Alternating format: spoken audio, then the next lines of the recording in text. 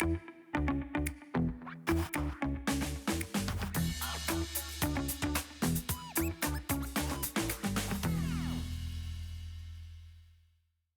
morning, welcome to episode 2 of the Creative Canvas podcast from us at Twisted.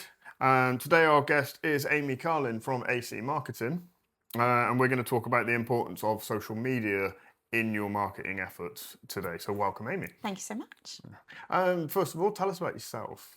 So I run AC Marketing that specialises in solely social media. I'm quite different to other social media managers in the sense that I'm not here to make people go viral. My job is to work with local independent companies and drive inquiries to their business. So that's the crux of AC Marketing. Excellent. Okay. Yeah. And obviously we met like many years ago in very different roles. I was working for a removal firm at the time. And what were you doing then? So at the time, I was working for the local newspaper, selling space, and that's where my career started by complete accident. So I never actually intended to go into marketing at all. Okay. What did you want to do? So at the time, I was actually working as a singer. Okay. And the smoking ban had just come in to play. I can't remember what year that was. 2005. 2005. So yeah, the smoking ban had just come in, which hurt a lot of pubs and clubs. And so I was a struggling artist. And basically just needed to get myself a more secure job. There was an opening at the local newspaper to sell space into their specialist magazines, like the inserts. And that's where it all began for me. So I really enjoy talking to people and being around people. So it was quite natural for me. Hate selling, hate the hard sale, and I've always had to make a conscious effort to ask for the sale. But building relationships with businesses came really naturally to me. No, I can relate to that. I've always said that I've done a lot of different sales roles over the years, and I've always found getting into the conversation is the hard bit, and getting out of it, closing it down was always the diff. But actually talking to people, I've never had a problem. Finding like a what's the word I'm looking for? Like just a common interest or common ground to generate easy conversation. That was my favourite bit. And getting to know people and building the relationship with them. And doing that for nearly 20 years now, which is quite scary to say. But doing that for such a long time in the same area, I've got so many relationships with businesses now where I could literally, make my best recommendation for them and they trust me that it is the best thing for them. So the hard sale is now no longer a hard sale. Yeah. Because I've spent that time building those relationships. I think that personally, it kind of ties in with modern marketing anyway, is that people are far too savvy these days. The hard sell doesn't work as well. Yeah. And trust builders is one of the biggest things we talk about. One of the main 3 steps in your kind of sales funnel is your trust builders. And that's where you've got to build that trust in. People do buy from people. Yeah, absolutely. I remember the sales manager of the paper saying, you need to go and knock on doors. And that horrified me because it felt so intrusive that I wasn't invited. And that really frightened me. And probably, I probably didn't excel as much in my career because that bit has always frightened me to do. Like I don't want to be that double glazing salesman from the 90s, I don't think it's overly it's overly good for building a longer term relationship either. No, I agree. I mean, you do have to start somewhere, but then that said, AC Marketing was born 2 years ago, and I have built a fantastic client base without knocking on people's doors saying, buy this now. So... Yeah, back in my days of phone sales, so many years ago this was, and they used to really encourage standing outside and talking to people passing by. And it was Yeah. very old phones for you tactic originally. Yes. So the company I worked for were like, well, it's working for them, we should do it. Yeah. And it just, where I was at the time, just it wasn't right, Yeah. because I didn't think, even if you started kind of pressing a little bit, you just get the backlash from it. And we did prove it. The company put in what they called a troubleshooting team. They Yeah. used to go around all of the stores that basically weren't good at street fighting, as they called it. And I did 3 times the amount of business that they did on the street from inside the store, because of the relationships you build with the Yes. local people. Yes. And I think it proved it. And Yeah. it didn't work too well, should we say, for them. I know they went into another store, and they did a lot of business Yeah. that day. And then when I went in afterwards, I ended up cleaning it up, because a lot of it just was people not happy about it, feeling like they'd been pressured. And it's all well and good getting the clothes, but they need to be happy that they've closed as well, and happy they bought. And it doesn't work. The pressure just doesn't pay off in the long run, I don't think. So obviously, selling space in the newspaper to social media management for Yeah, so independent. How'd you get there? I've been really, really lucky in my journey, because my career has evolved with online marketing. So when I was working for the local paper, I was the youngest person on the team at the time. And other team members were flying. They were so good at selling space in the paper, because they had been doing it for years and years. And I was still very green. And then along came the paper's website and the opportunity to sell space on the website. But not only that, it could track how many people had seen it, so your impressions, and then how many people had clicked on it as well. And all of a sudden, it was just like a massive light bulb moment for me. I was like, this is great, because, going into sell space in the newspaper and people saying to me, oh, I don't know if I've got anything from it, so I don't know if I'm going to do it again. And I'm like, I can't help you there. I have no idea how much you got from it. That was always the issue, actually, when we met. Because that company were very heavy in the Yellow Pages when it still existed, and it was still for a higher end of the market removal firm. Yeah. The Yellow Pages was kind of still the place to go when I was there, and they did every trick in the book they could, really, to make sure they could do some tracking on it. Yeah. Different mobile or different The phone call numbers, counter numbers. and customized phone numbers for the areas to see what was and what wasn't. But even that is nowhere near what the kind of analytics that you can get now. No, absolutely not. Absolutely not. So all of a sudden, I started selling this space like hotcakes, and the rest of the team were kind of left in the dust a little bit, because our strengths were just completely different all of a sudden. And I remember going in to see a local jewelry shop to see if they wanted some space on the paper's website. And one of my team members said to me, she was like, I've already tried him. He's not going to do it. He's not going to do it, because he doesn't have a website for anyone to click through to. And I was like, I've got a solution for that, so just bear with me. A very old-fashioned solution, because we are going back a few years. But I went in and I said, if I was to create you a landing page, so essentially an advert within your advert with more information on, instead of a website, would you be interested in doing it? And he said, that sounds fantastic. Sign me up. And, it was just the fact that I was able to show them a solution, and then I was actually able to show them results from that as well, is what just made it work so well. I then moved into their digital department, very naturally, managed an e-commerce site, which was almost like, your Etsy, Amazon, but it was all British made products from independent businesses. Okay.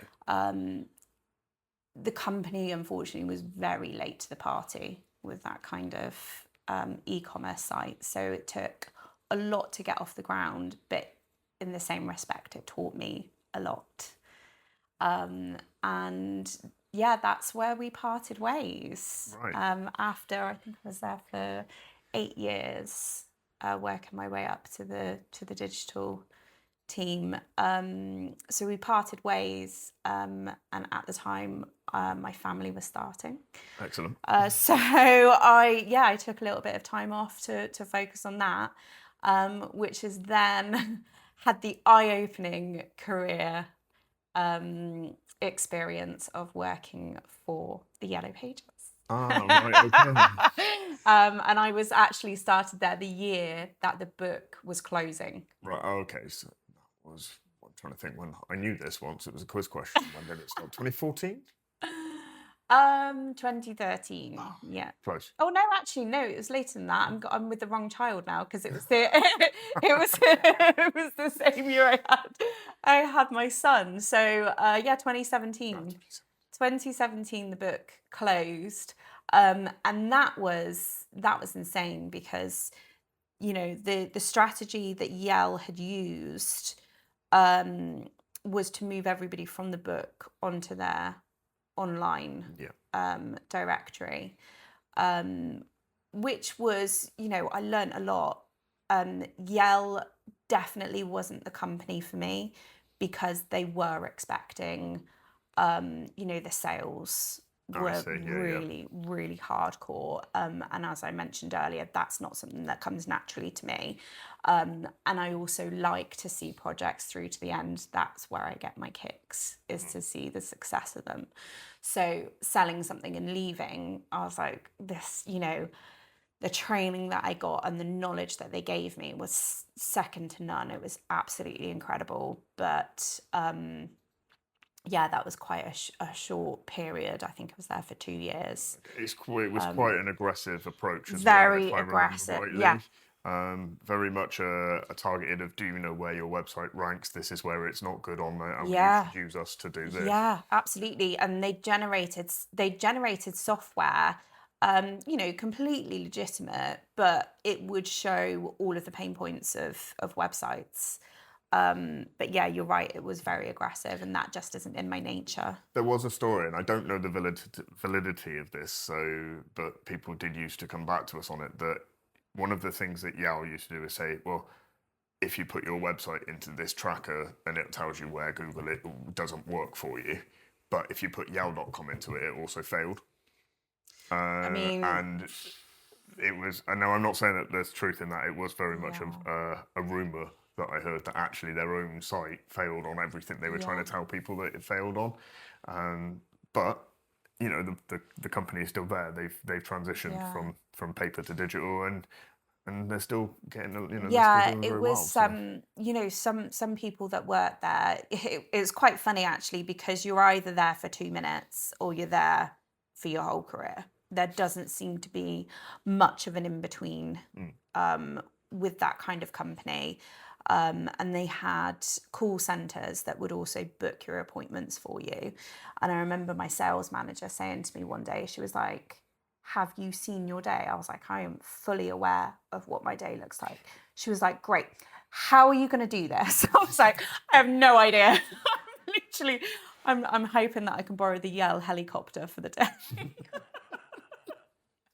Because it was just getting from A to B. But the trouble is, if you declined an appointment that somebody in telesales made for you, you kind of then get a black mark against your name. So it was just, you just had to accept everything and hope and pray that a client would cancel.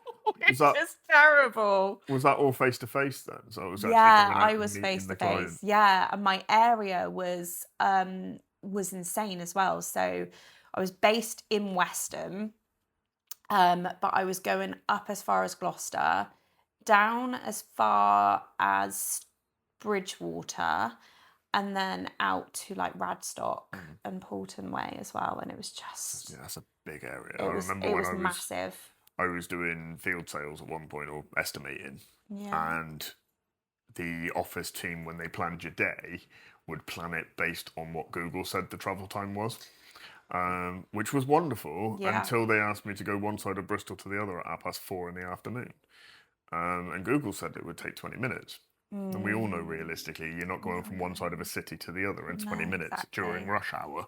So that was never fun. Exactly. So it was, as I said, I absolutely no regrets working for them because they gave me so many of my tools that I've got today. And also, it's kind of made me realize what I want from a career as well. Which is when I then moved over to another directory in Bristol, on a much smaller basis, as the company was smaller than Yale. And, I quickly worked my way up to become their digital manager, which again was fantastic because, it was exactly what I wanted from my career in terms of, having the relationship with the clients, managing the projects, delegating to the experts within the company as to what each client needed, and being able to show them the results as well. So it was just absolutely perfect. In effect, it's a case of working through to build the skill set up before Yes. going Yeah. before going Yeah, solo, as they say. absolutely. And once again, the owners of the company were still very focused on the directories and kind of left me to do my job in the digital department. But there was a sort of very professional battle, if you will, of what needed more attention. And the company was still very much focused on print, where I was banging the digital drum as hard as I possibly could. And it was really difficult to not have the investment financially and mentally and professionally into the department. And it kind of just made it tick along, as opposed to progressing, which, as you know, having a marketing agency, it's quite an oversaturated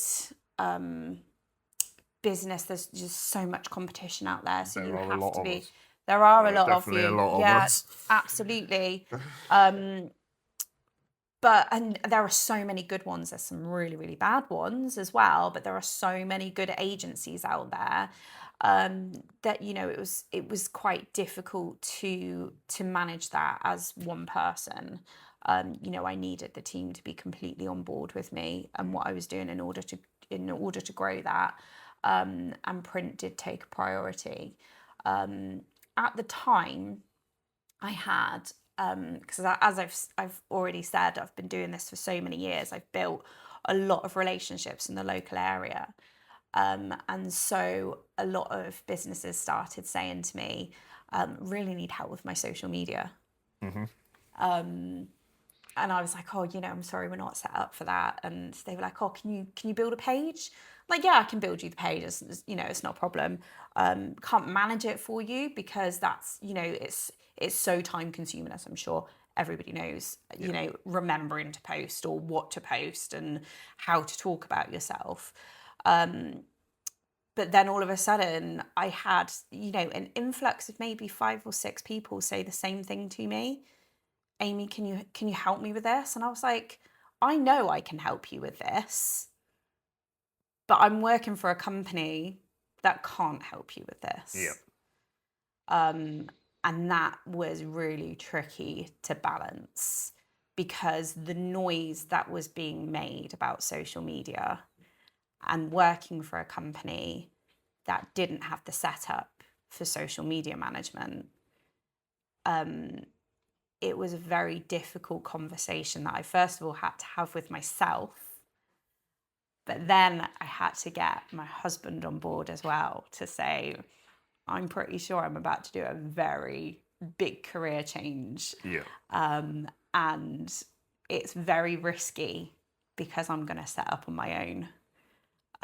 Had his full support. Which is great. And It's great. He is my number one cheerleader. And I'm very, very grateful for that. But yeah, I had dipped my toe in the water, not with any clients that worked for this company, or worked with this company, should I say. I had dipped my toe in the water actually with my son's local karate school. And I just kind of said to him, I'm starting out. I know that you need social media. Do you mind if I use you as a guinea pig just to see if this is going to work for me? And we had a really good understanding, and I was able to experiment with his page, and it worked really well. Excellent. Yeah. And so AC Marketing was born. And what platforms was that on at the time? What was key in the market? Facebook and Instagram.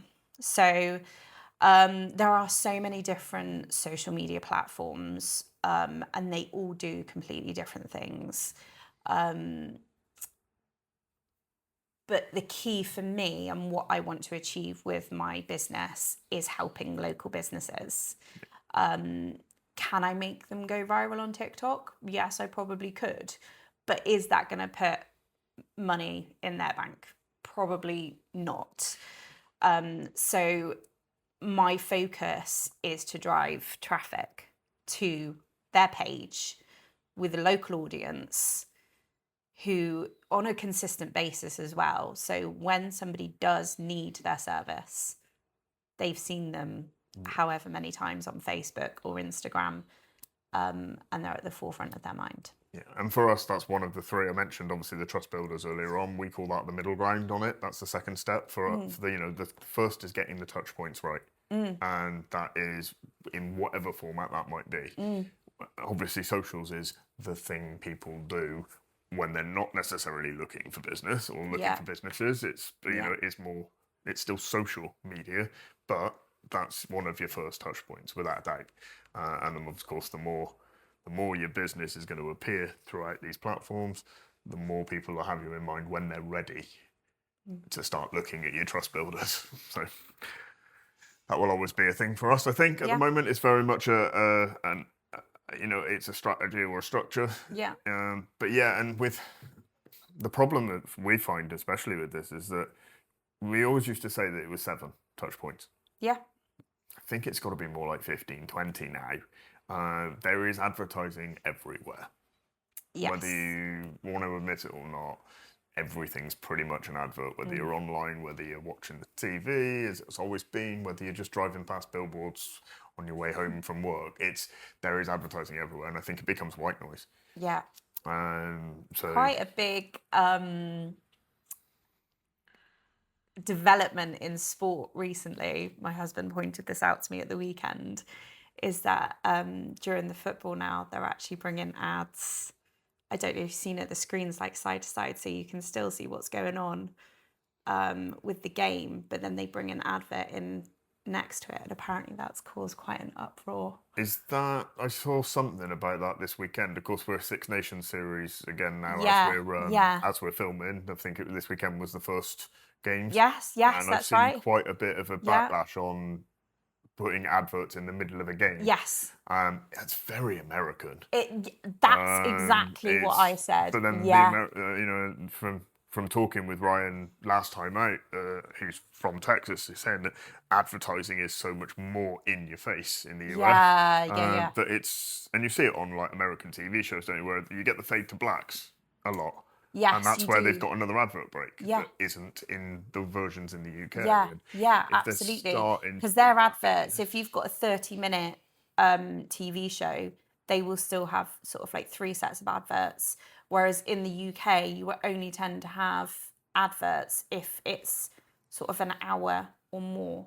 And it's like, you always turn to be like every 15 minutes for 30 seconds as opposed to every like 6. Yeah, so it's better, it's intense. But no, it's interesting. But you're right. Everywhere you turn, there is something. There is something. I mean, you're in your gear today, completely branded. Of course. Absolutely. So yeah, but the whole office is kitted out for your brand, which is absolutely fantastic. And you've only got to be standing behind you in like a queue in Sainsbury's to see your logo. Already, since we went to the very bright orange, just walking through the middle of a hospital ward, I got asked what I did. Yeah. And because it is stand out. And Yeah. that's what we're trying to achieve, really. Yeah. Is we want, because there is so much, it is that white noise element. We want to be able to show that it is still possible to stand out in 2026. Do you feel like you're more in tune with that though because of your job? Probably. Because I find, so one of the things I had to do when I worked for Yell was take photos of vans and signs and billboards and stuff and send them over to the call centre for telesales to phone them, right? If they got the lead would land with whoever sent the photo, right? But as a result, I feel like now, whenever I see a van, I'm like, who's that? Who's that? What are they doing? Even if I'm not at work, and it just feels so drilled into me. Similarly, yeah, I do the same thing, but it tends to be on kind of whatever, or on kind of focus points. So we'll see a van and we'll see, say, it's got a Gmail email address or a Hotmail or something, and think it's not expensive. We might be able to, you should be looking at a professional email account just to raise the standard where you look, and so that's the type of thing I'll look at, or does that logo work? And that's what it tends to be. Is that logo really working? Of the logo. Yeah, is that logo really working for that business? Does it look like a plumber in here? Well, yeah, usually because it's got a fire symbol or a water symbol, and they've not really gone any further than that. But yeah, is that working? Does that read correctly? And stuff like that. Yeah. So we do kind of. You are much more in tune to notice it. Yeah. I think being around sports so much as well, what you said about that is that you see it a lot more, and a lot of even local, like grassroots clubs are trying their opportunities now to try and get local advertising. Yeah. And 9 times out of 10 it is to support that club. You don't seem to get you're not getting anything directly back, but it's another touch point. You say that, but it was when I had sponsored Western Hospice Care's golf day. Yeah. Is where you picked my number up from. That is right. Yes, it is. And look at us now. Yes. And that ties nicely into the segue. We are going to have this podcast today, The Creative Canvas, is sponsored by AIT Online. AIT Online is a garage management software built as a cost-effective solution to run your garage from your diary to your MOT planning. And the reason I mention them and the reason they are part of the sponsorship is they are a sister company of ours for the motor trade, but also they're a client of yours. They are indeed. And it has been a journey so far. Yes. I can say already we're seeing a lot more engagement on our socials, which is 100%. Great. We're seeing a lot more impressions going out there. Yeah. It's been a bit of a clean slate because obviously we haven't really put a lot of focus in, but we've decided we want to lean away from what we would have called traditional marketing for it and move a lot more into the social for this year. What I'm happy to say, we haven't seen a drop off by taking the budgets out of one and into another. We haven't seen a drop off in demo signups for it, which is really good to hear. And that's always going to be the most difficult transition for a business, especially when you're focused on the likes of a search engine, because when you're using a search engine to advertise, your consumer has already made the decision of what they're looking for. So it makes it so much easier for the advertiser to convert that because they've already decided they need a plumber. Yeah. And you're in front of them. Not you personally, you're not a plumber. No, water is not my friend. Anything that passes through things is not my friend. So water, electrics, gas, I tend to stray very far away from. That's good to know. That's good to know. Whereas social media is a lot more educational. And so you're presenting yourself to somebody. Don't get me wrong, you can definitely target your audience, and social media is being used more and more as a search engine and is more in tune with the keywords that are being put into captions, which is why that part of the post is so important.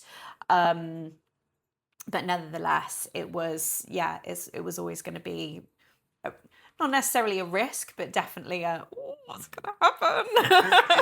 We've always referred to it as the difference between active marketing and passive marketing. Yeah. So active is or someone's made pull. Active is very much a Google search or it's very much I've decided I need this, I'm going to go find it. Passive marketing is you don't know you need this yet. but actually, did you realise we could? And it is, like I say, it's educational. It's more sat there kind of waiting, if you like, in the Yeah. wings for when someone's there. So Yeah. that's, yeah, absolutely.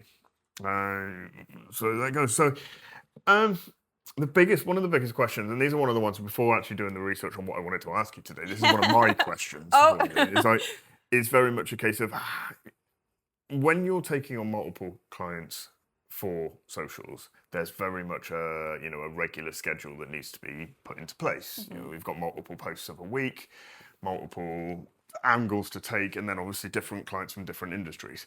How do you manage your time? I am a swan. So I glide across the water, which is exactly what my clients see. And what my family sees at home is very different.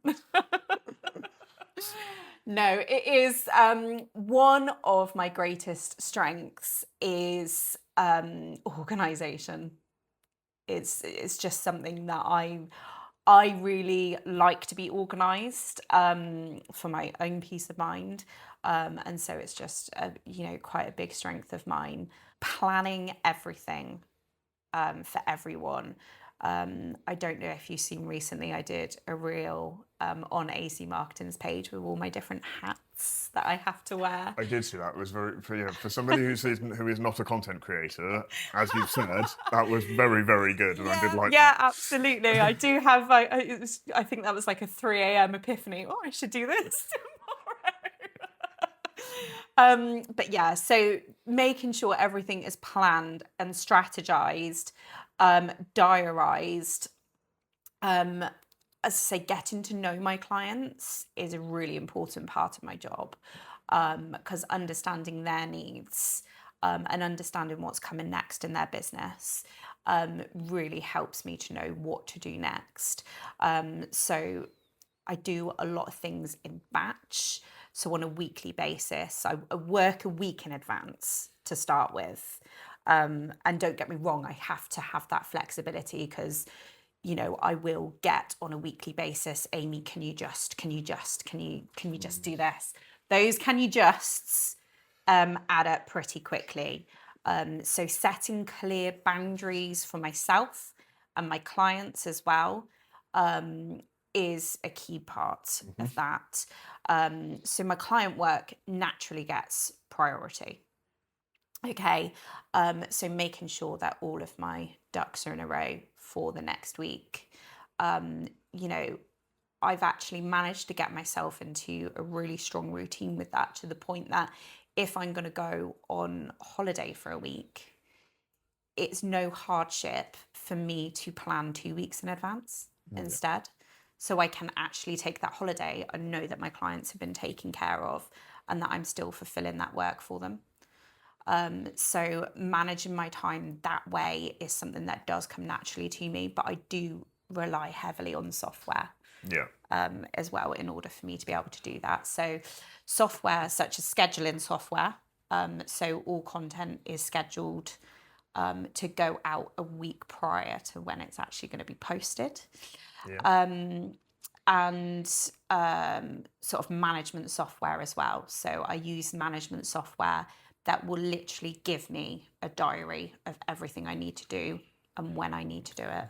We may need a conversation off camera about that, because it's the biggest problem that we've got sometimes. Oh, really? Is Yeah, no, I can help you out with that. That's not a problem. Genuinely can be, like you say, keeping the ducks in a row. And keeping the ducks, those pesky ducks, I tell you. No, and that's key. Is we've got better. We've got better at it, but and that's it. It comes back into trust again of the fact that you've got to be able to hit those deadlines, hit those targets, and live up to what you say you can do. And yeah, absolutely. And I think it is easier as well being just myself, because I don't have to, and I don't mean this to come across in a negative way, but I'm not relying heavily on other people to get their work done in order for me to be able to do my job. That certainly makes things a lot easier. And I can speak from personal experience. You're definitely on the case when it comes to chasing your clients for the information you need. Yeah, sorry about that. John will be a very much more of a testament to that than I would. But yes, it's all right. Yeah, We're on. I say I don't rely heavily on other people. All of the content that I create gets sent out for approval. Yeah. Some clients like yourself, you've got in-house design team that can do the content creation, which is fantastic. But I do create a lot of content for my clients as well, and then I will send that out for approval before anything is posted. And sometimes I am chasing them saying, yeah, this post is actually meant to go out today, so are we doing this or not? That being said, what's the biggest thing that you probably would say that is key that you get quite a bit of client pushback on? What's been the hardest thing to convince a client to do? So I think the hardest clients that I work with, I've got two different ones, if you don't mind. So as a social media manager, I'm not a videographer, I'm not a photographer. Okay, so I don't go out on site. I have been out on site, don't get me wrong, but with my clients' full understanding that this is not my main service. Okay. So receiving content from my clients is probably one of the hardest sticking points for me. You know, and I do get a lot of, so business owners, they work every hour God sends. So sometimes I am getting content through at 10 o'clock at night, which is my job to set that boundary and say, Amy, don't pick up your phone, because that's still going to be there for you at 8 o'clock tomorrow morning. So don't worry about it. But that's my instinct to go, oh, I can get on with this now, you know, but actually by that time it's not a good idea. I'm not going to give it my all. So asking for content and actually receiving content that is of good quality is really, really tricky part of my business. A lot of the businesses that I work with take photos on site for themselves, which works really, really well because those photos are just so real. Yes. And not only does the audience like it, but the likes of Facebook and Instagram love it. And those photos that are real, so not AI generated, not edited until it's unrecognizable, those images are always going to go further than anything else. However, if I'm working with like a building company, for example, who have done a beautiful extension and, you know, we're creating a lifestyle want for the audience, for them to go, God, I've been dreaming of an extension. This one's beautiful. I love it so much. And then the team have left a dustpan and brush in the middle of the floor. And I'm like, guys, just clean up before you take the photos. So I end up spending more time editing out cans of Coke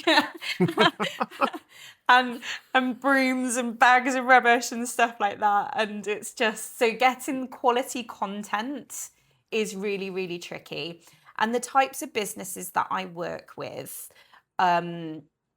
which this is no criticism at all because I've worked with the same types of businesses my whole career and it's the same each time, is that they find it difficult to understand the investment of marketing. Yes. So for a lot of local businesses, they see it as a cost, not an investment to their business. And as a result, for me, I'm a cost. So if I was to say to them, let's get you a content day done with a professional photographer, that would probably finish them off completely. so it's you know, it's finding that balance of saying, yeah, that photo, I'm just going to have to breathe through it and just come to terms with this is what I'm working with. No, that makes sense. I think our favourite one was the wet floor sign in the middle of the, right in the middle of the what was going to be one of the primary images on the homepage of the site, and it's like you could have just moved it. They could have just moved it. But fortunately, we're able to remove it, so Yeah. it wasn't too Yeah, bad in that sense. absolutely. My other difficulty is I work with a handful of clients that have genuinely no understanding at all, and we're talking not even basic knowledge of social media, which is why I'm there to do the job for them. And they want to understand. But the questions that come and the amount of questions that come, which I am always happy to explain. But Give me an example of this. I had a message on Saturday. Now, as a general rule, I don't work weekends. As a business owner, I work weekends. I can absolutely appreciate that. I had an email at around about 2:00 Saturday afternoon saying, "Why is this happening?" And it's like, Yeah. you will find out on Monday. But I have So- looked at it and we've responded already. It's very quick responses. But yes, I know what you're saying. This message came through at 7:30 Saturday morning, which thankfully my phone was not disturb. was on do not disturb, so it did not disturb me. But when I did look at it, the message had come from a very recent client that I've taken on board. I've completely built their pages from scratch, so we are still very much in a development phase at the moment. And what that basically means is the phone isn't ringing yet, and that is because we're building the brand, we're building awareness for them. It is not an overnight job. So the question that I had at 7:30 on Saturday morning was, Amy, this is the third time you have posted the same reel. I'm getting concerned. Now, Okay. I went into panic mode. And I was like, oh my God, what have I done? And being the expert, you would think I would be like, shh, now. No, I haven't. But no, I did go into panic mode. I was like, let me just check this, and went straight onto his profile to see what was going on. I was like, what is he talking about? And then it clicked. He'd been going into his feed on his personal profile and seeing his business posts more than once. And I was like, this is great. This is really good news. This is exactly what we want, because if you're seeing the post more than once, so are the rest of your Who else audience. is seeing it?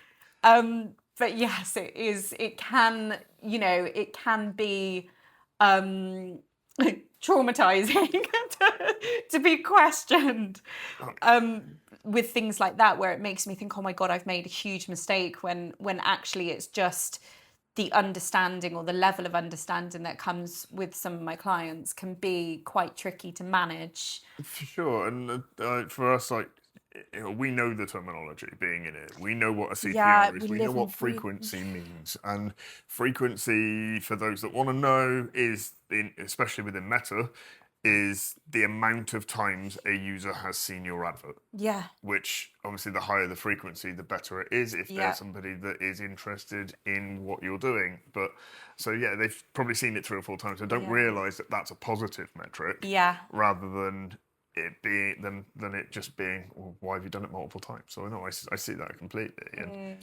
it's similar in in the Google sense of, my views have gone down this month. Well, people see a negative and instantly think that is a negative, but actually your views have gone down, but your calls have gone up, your click-through rate's gone up. So actually we're now hitting the right people.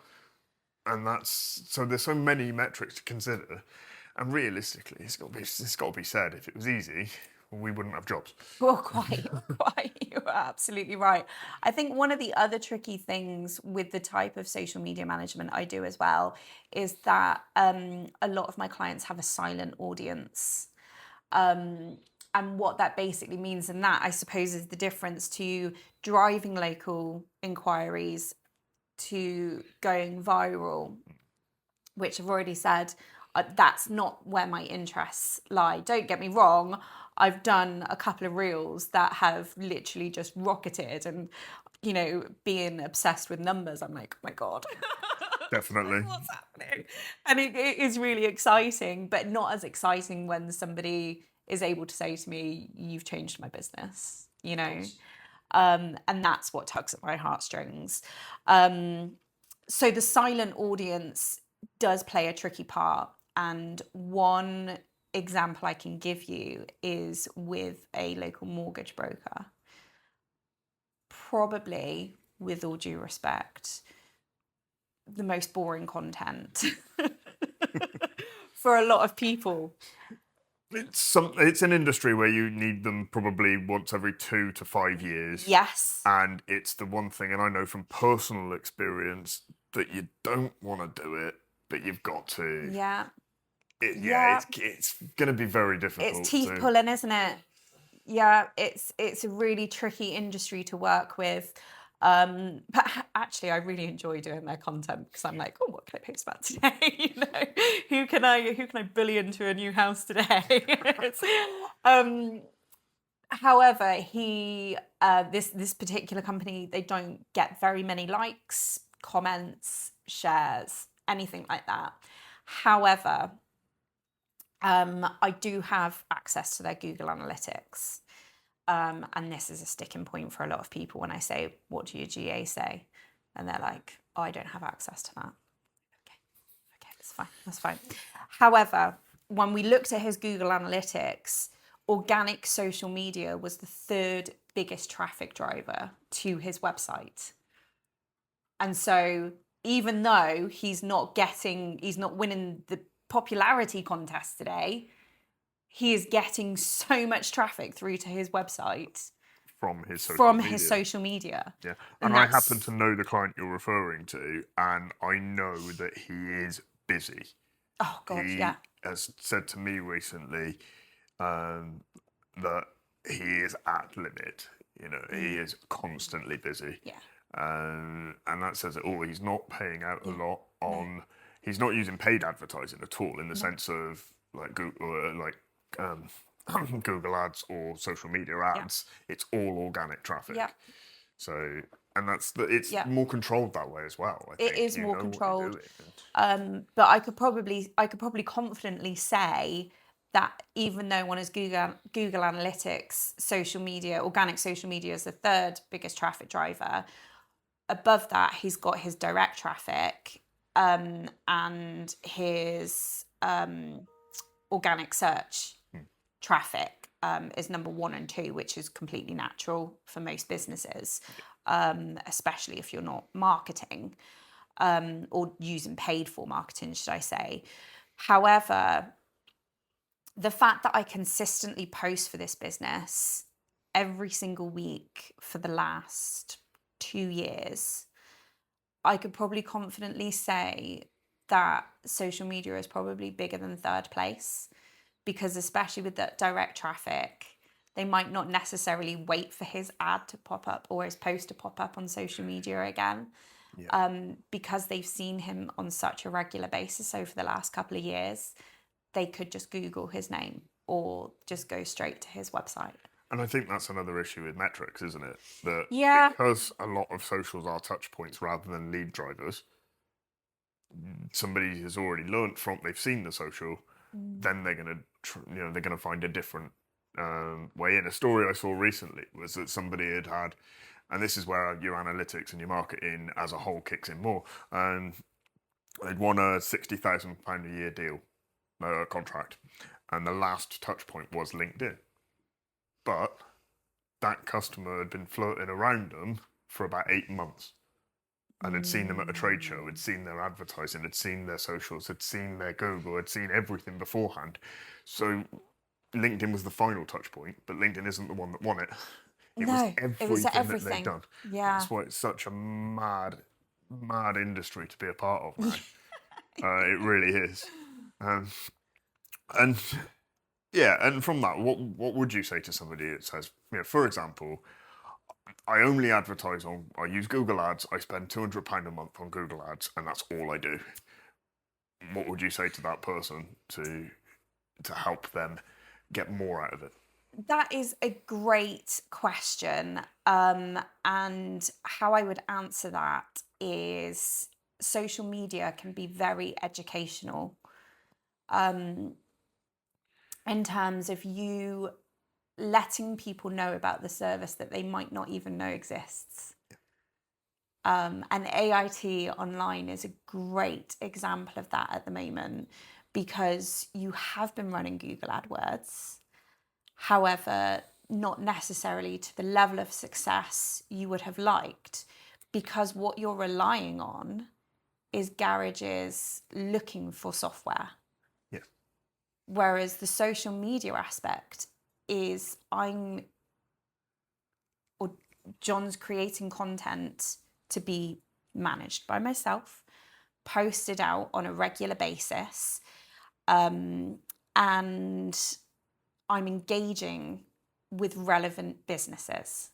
We're very early doors at the moment, so I'm still trying to shift your algorithm where at the moment it's all ads. So I'm trying to shift that, engaging with relevant businesses, building conversations and drawing your audience in to tell them, by the way, if you're still using a paper diary, did you know that we could offer an easier solution?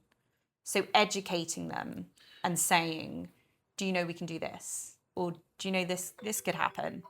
Or this is how we can make it easier for your business and why it will be easier for your business. Absolutely. Google can't do that because the person's already looking for garage software. They've already kind of made a decision that this is what they're going to be looking for.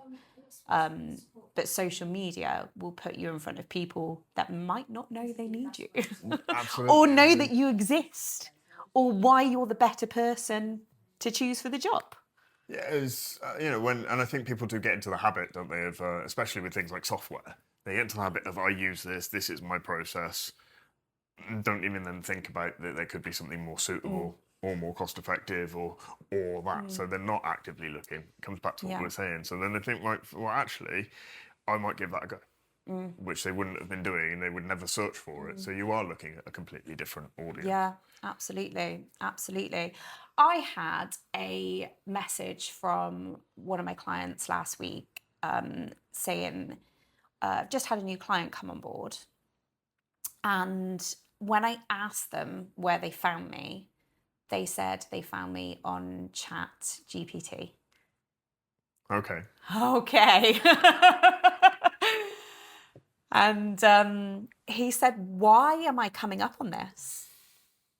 And I thought, oh, this is brilliant. I love this so much. And obviously AI is going to draw in the best results or the most relevant results from every which way they can. People are quite appealed to, or find it quite appealing to use chat as a search engine at the moment. It is increasing without a doubt. Because there are no ads at the moment until they catch on to what people are doing.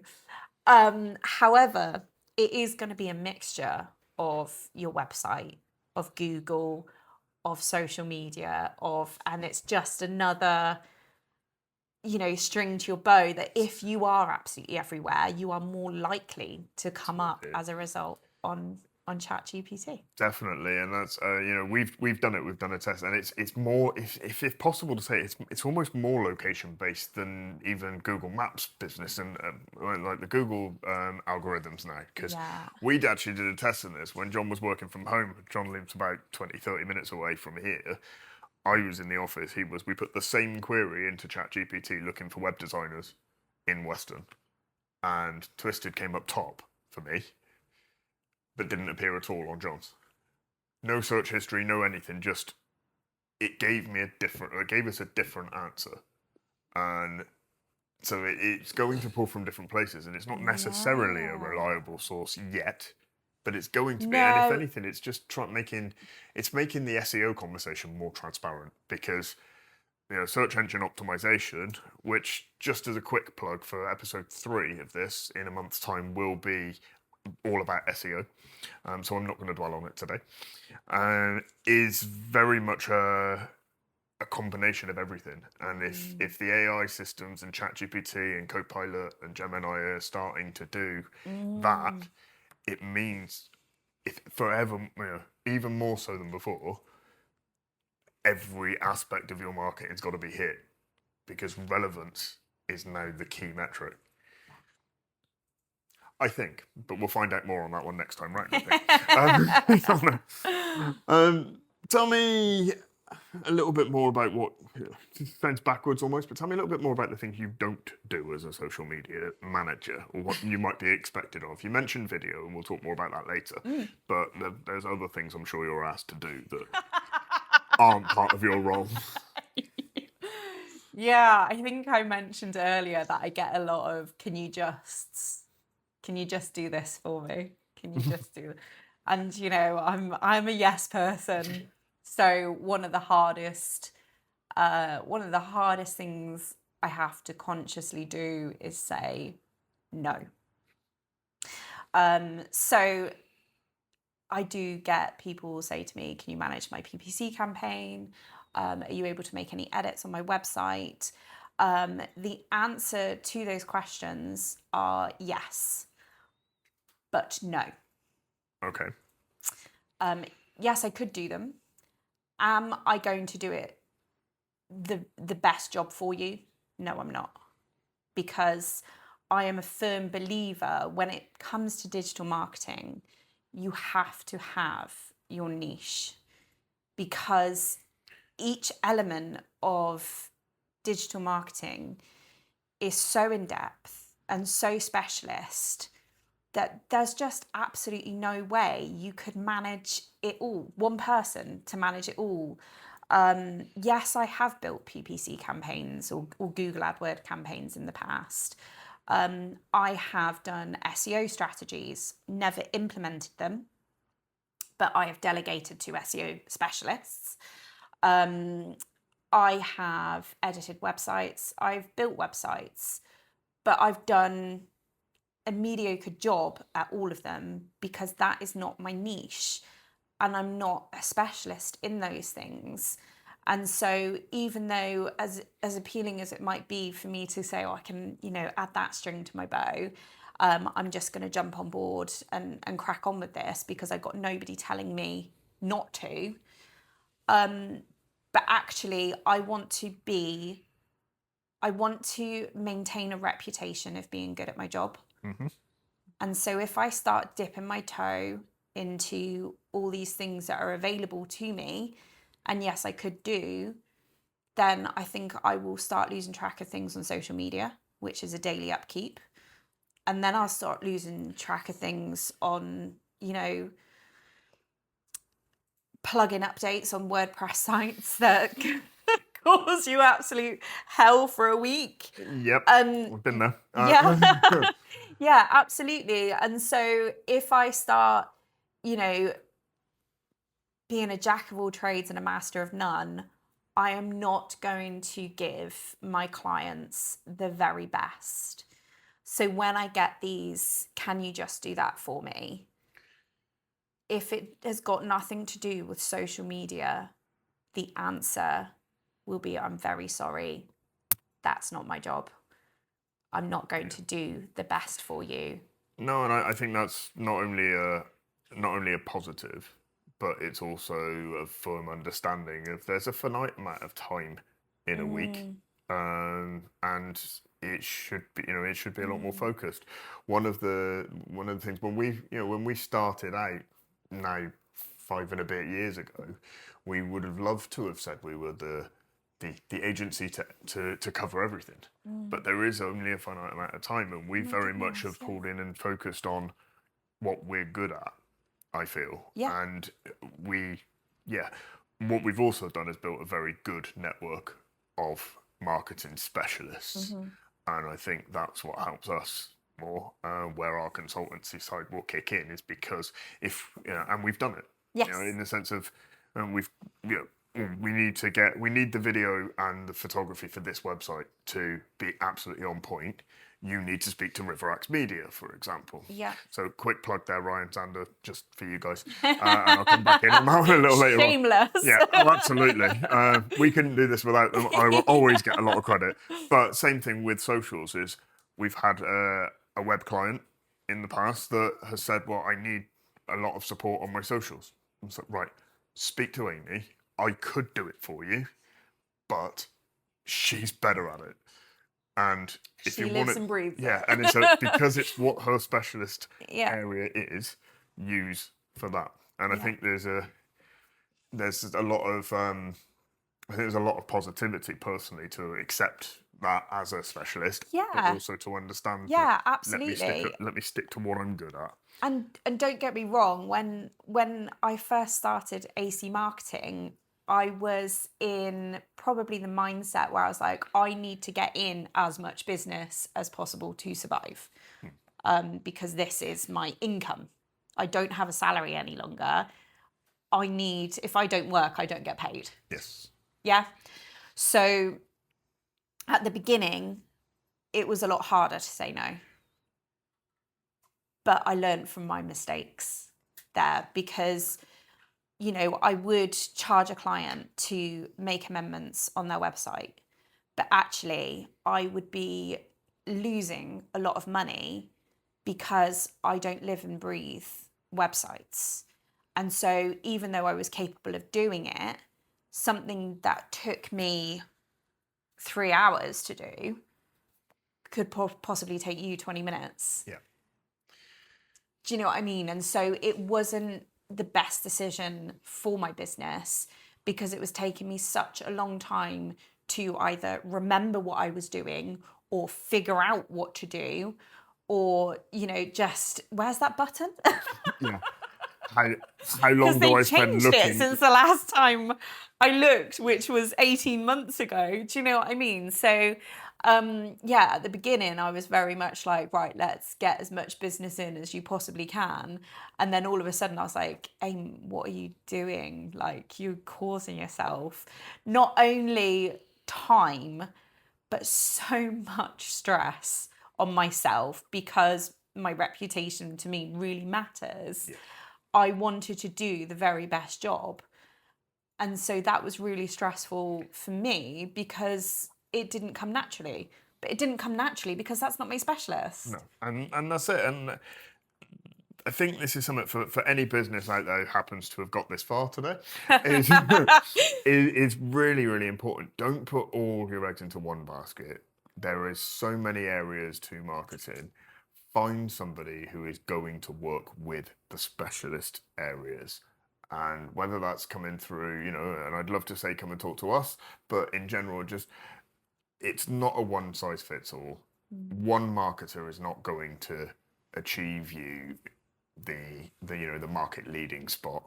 And there's so many different elements to it. And and it is find a strategist and go with those specialists. For me anyway. And cheap plug on it from us. We work with a group of collaborators, Amy included, which refers to the Maslow method. More of this will come in the future. We'll do videos specifically about it. But we are a bunch of collaborators who all have a specialist area. Most are either small business or freelance, which generally means you get the specialist, you get none of the additional overheads of a large agency. But also it's a group of people like-minded that it's what you need when you need it. So for more information, drop us a comment. But that's the only part that we bring that into this, because it is more of a conversation. Now, you've mentioned, moving on, that you don't go viral. No. But what elements of trending is key, and trends do play a massive part in social media. Now, what would you advise somebody firstly, and what trends have really hit for you, do you think, in the last 12 months? That's a really good question. So trending wise, it's really tricky, and it's not something that I focus on because that kind of marries in with going viral. Yeah. Now, when I start working with any business, I when I start working with any business, I always do research and strategy before I do any form of posting. And what's included in that is keywords. However, as I've said previously, my focus is local businesses. So Instagram, for example, reads 5 hashtags. Yeah. Okay. So in there, I will put a trending keyword just to kind of give it that bit of oomph. It still needs to be relevant though. So at the Yes. beginning of any strategy, I will be looking at the trending relevant keywords to the business that I'm posting for. But actually, it is going to be the more relevant keywords and the location keywords that are going to be that are going to actually do that post justice. Do you see what I mean? So trends, you know, I don't tend to follow, although I have recently jumped on the AI bandwagon of doing the caricature. The caricatures, Yeah, so that was really good fun.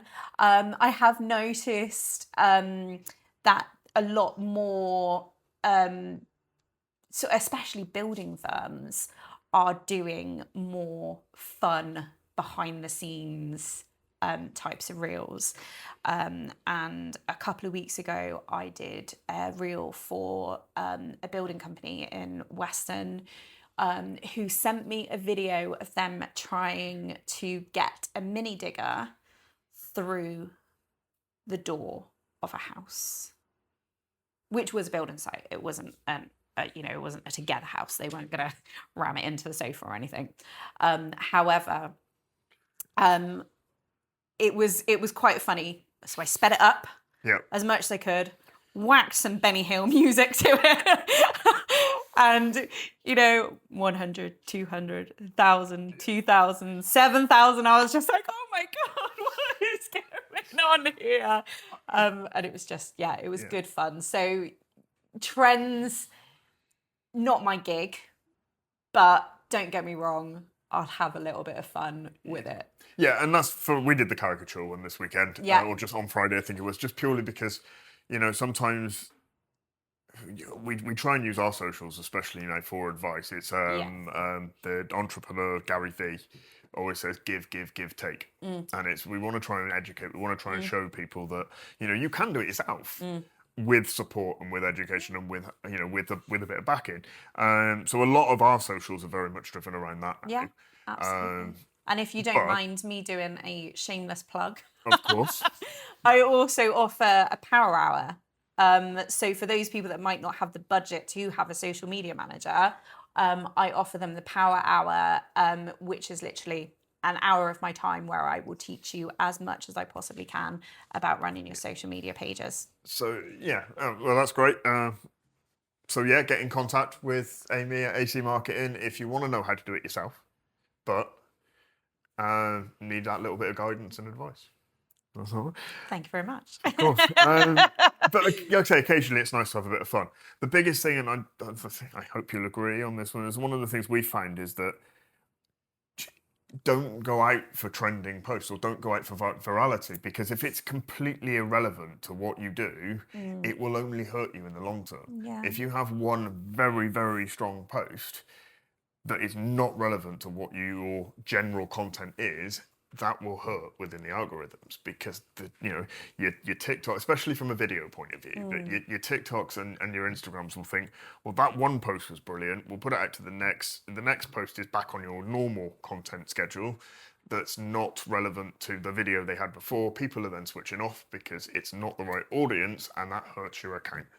Yeah. So building steadily with mostly all your kind of relevant strategy, it's the safest way to go without doing anything. Now, I don't know if you agree with that, but that's generally the research that I've come up with. I mean, which will change again next week, no doubt. Naturally. But it used to be post as much as you can. Whereas now it's post what's true.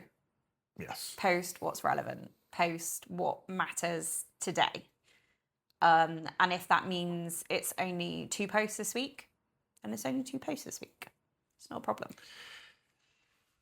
Quality over quantity. It goes back to relevant content. Yeah. And if we think that is very much going to be a 2026 mantra, that, there is no point in posting for the sake of posting. It's got to have some value. Yeah, to definitely. what it And is. don't get me wrong, I work with businesses that need to have a certain amount of posts each week because they might have lots of different arms to their business that need, and each one of them needs its own focus, for example. Yeah. So sometimes the quantity does need to be taken into consideration, but it's definitely what is relevant. And I think sometimes there is a lot more relevant content to talk about when you've got stuff like that. So that definitely applies to it. What metrics become important? So we've talked about, obviously, impression rates for viral videos. We've talked about click-through. I mentioned frequency earlier on as different terminology in it. But what metrics are important to you when you're reporting back to your clients? To me, it's the engagement. It's the engagement. Social media has certainly changed quite a lot in the last 6 months to a year, where people aren't as loyal as they used to be. And so the likes, the comments, the followers are not necessarily, as strong as it used to be. However, and, the mortgage company we were speaking about earlier is a great example. It's the engagement through to your page. How many visits are you getting through to your page? Because if those visits are increasing, people want to know more about you.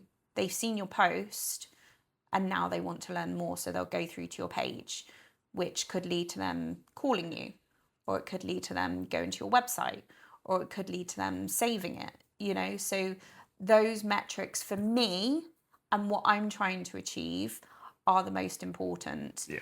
I do get a lot of businesses getting hung up on their followers. There was one in particular, and she used to really beat herself up with people unfollowing her.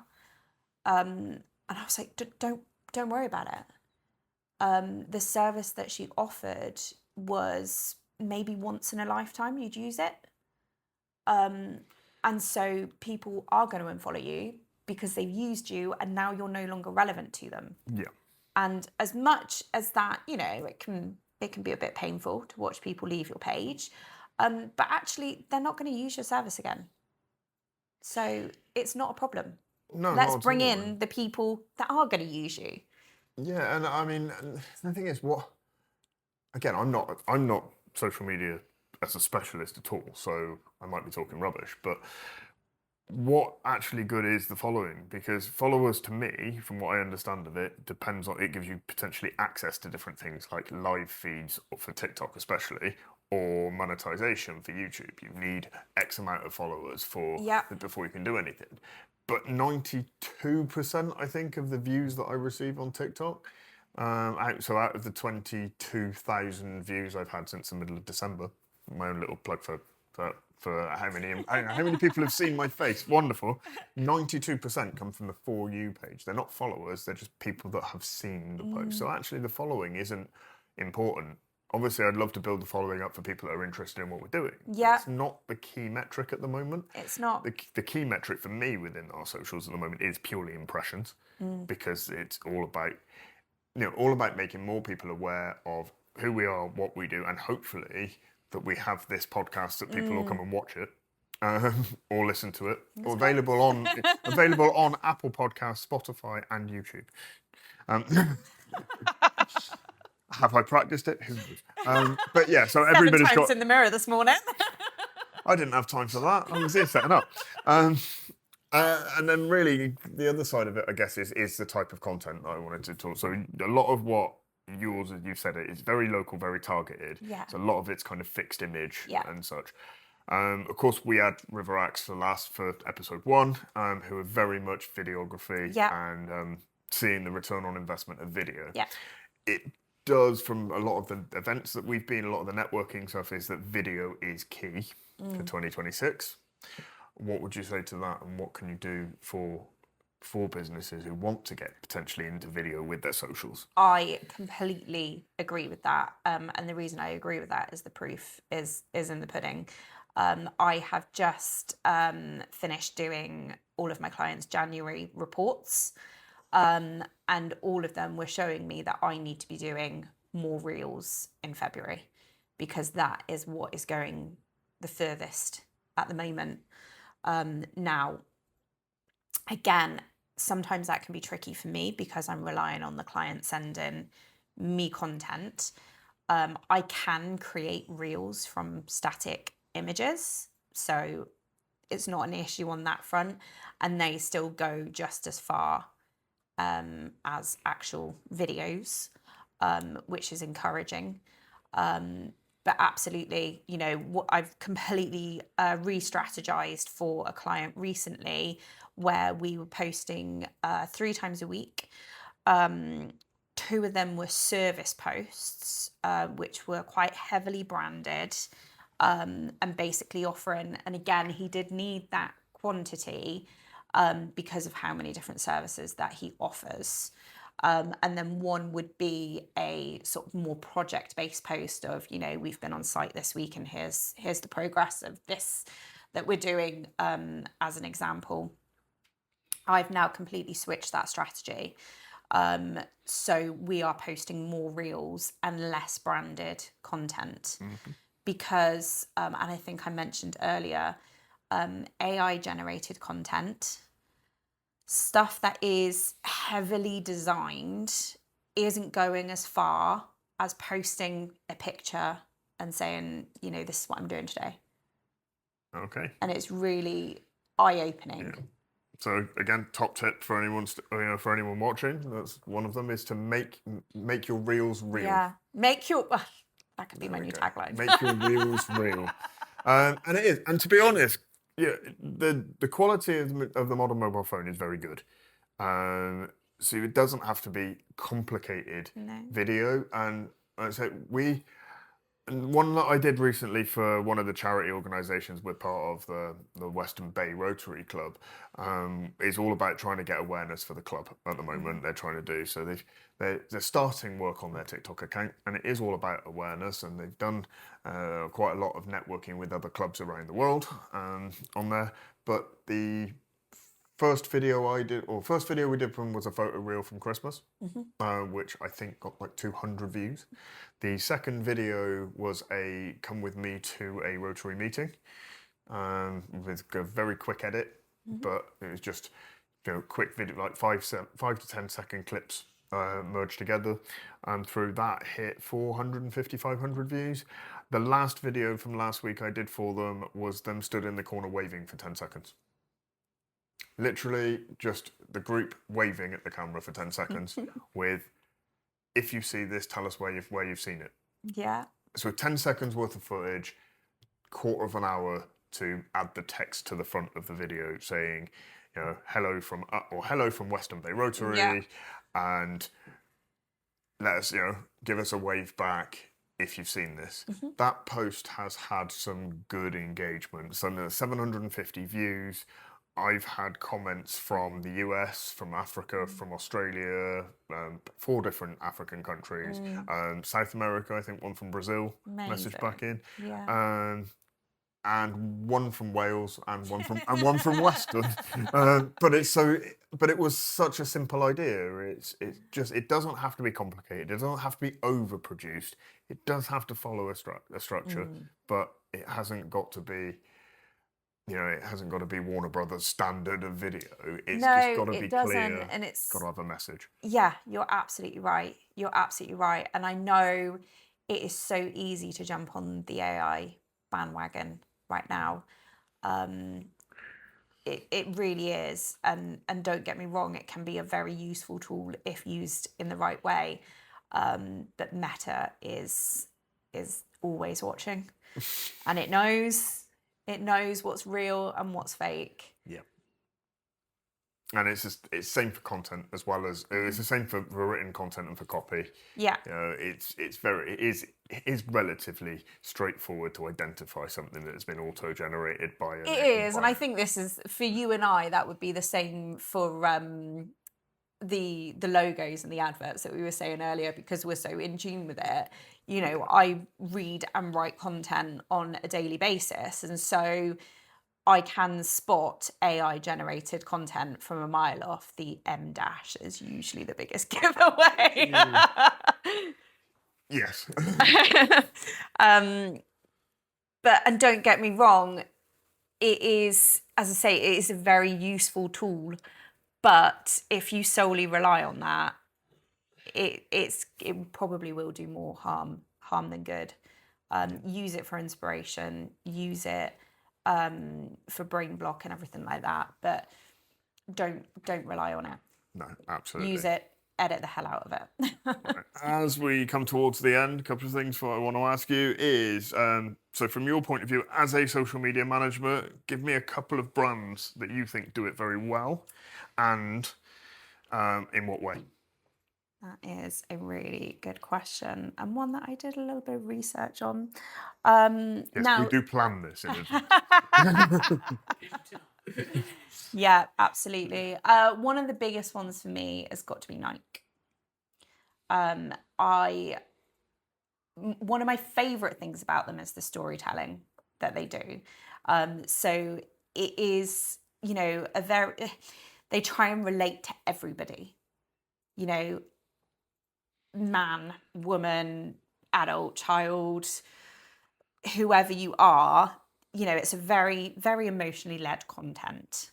And so I think even as big as they are still using social media as one of their main platforms to promote their business. And I think they do it in a fantastic way.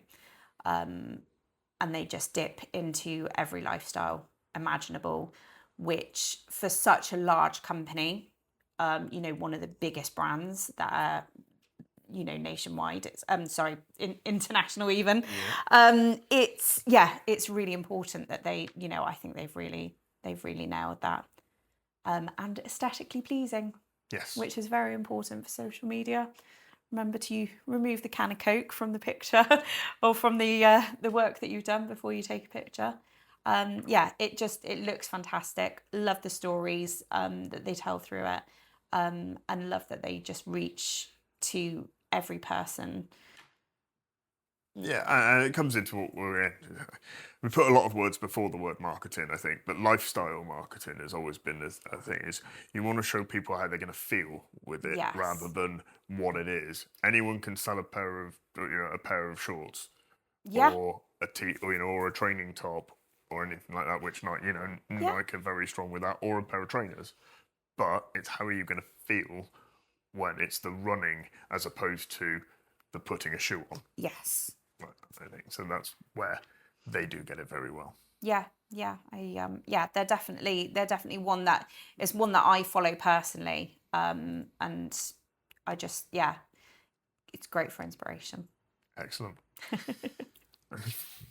And wrapping up then, so what we're getting onto, I think that's going to be it's a good length for everyone to watch on there. What is your absolute? We've done a few. There's about 3 or 4 top tips throughout what we've talked about, I think. But what is your top tip for people wanting to do social, other than hire you? Hire a fantastic social media manager. My top tip, especially at the moment and in what social media is looking for, is quality, real content. So, you know, don't be afraid of what it looks like. If it is real, more and more people will relate to that than anything else at the moment. So focus on yourself as a business, and let people know that there's a human being behind the business, because that is more powerful than you would ever imagine. Brilliant. Yeah. No. Again, keep your reels real. Keep your reels real. And this is the point in the creative canvas where you get your 60-second pitch. So to that camera. This camera. Hi, camera one. Why should people choose you? What is your pitch for AC marketing? My pitch for AC marketing, I think being my niche, that I focus on local businesses more than anything else. I have said already, I get my kicks from the results, not from anything else, because if it's me that's produced great results, I know that I've done my job well. So I've got my feet on the ground, which is quite unusual for a social media manager in this day and age. And I don't like to travel too far because it's the fact that I want to be available for all of my clients in the local area at any given time. My history, my career history is pretty extensive in the local area, and so hopefully that gives me a bit of credibility. Perfect. If anything else. It definitely does. It's worked for us. Amy's been fantastic working with us for a few months now for Thank you. For mutual clients and and for ourselves. So I would, if you are local to West End and looking for not a content creator, a social media manager, Social media speak to Amy. This has been episode 2 of the Creative Canvas podcast with Amy Carlin from AC Marketing. Thank you for your attention. Thank you for Thanks for coming on having board. me. Thanks to my background team here, John and Holly, who've been supporting us on. And remember, people, keep your reels real.